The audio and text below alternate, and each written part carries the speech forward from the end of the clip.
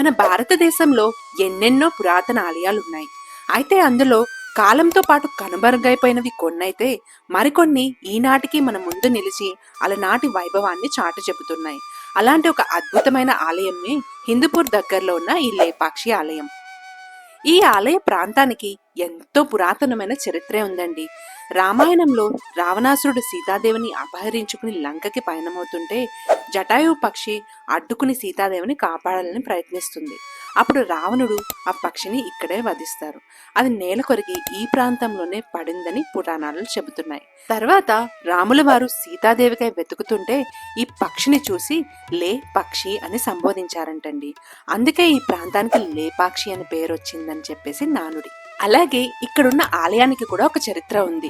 విజయనగర సామ్రాజ్యానికి చెందిన అచ్యుతరాయల వారి పాలనలో విరూపన్న వీరన్న ఆధ్వర్యంలో 14వ శతాబ్దంలో ఈ ఆలయ నిర్మాణం జరిగింది. అత్యంత భక్తి శ్రద్ధలతో నైపుణ్యంతో శిల్పులు ఈ ఆలయాన్ని చక్కగా తీర్చిదిద్దారు. అలనాటి విజయనగర సామ్రాజ్యపు వైభవాన్ని మొత్తం మనకి చాటి చెప్పేలాగా ఈ ఆలయంలో ఉన్న ప్రతి అణువుని కూడా చక్కగా శిల్పులు మలిచారు.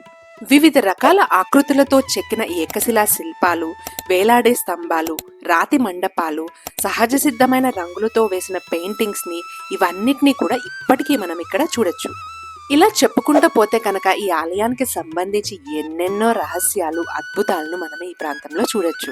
అలాగే ఈ ఆలయానికి సంబంధించి మరిన్ని ఇంట్రెస్టింగ్ విషయాలను తెలుసుకోవాలనుకుంటే కనుక కింద ఉన్న మా ఫుల్ వీడియో లింక్ ని క్లిక్ చేసి చూడండి. వీడియో నచ్చినట్లయితే కనుక మీ ఫ్రెండ్స్ అండ్ ఫ్యామిలీ తోటి వీడియోని షేర్ చేయండి. అలాగే మా ఛానల్ ని కూడా సబ్స్క్రైబ్ చేసుకోండి.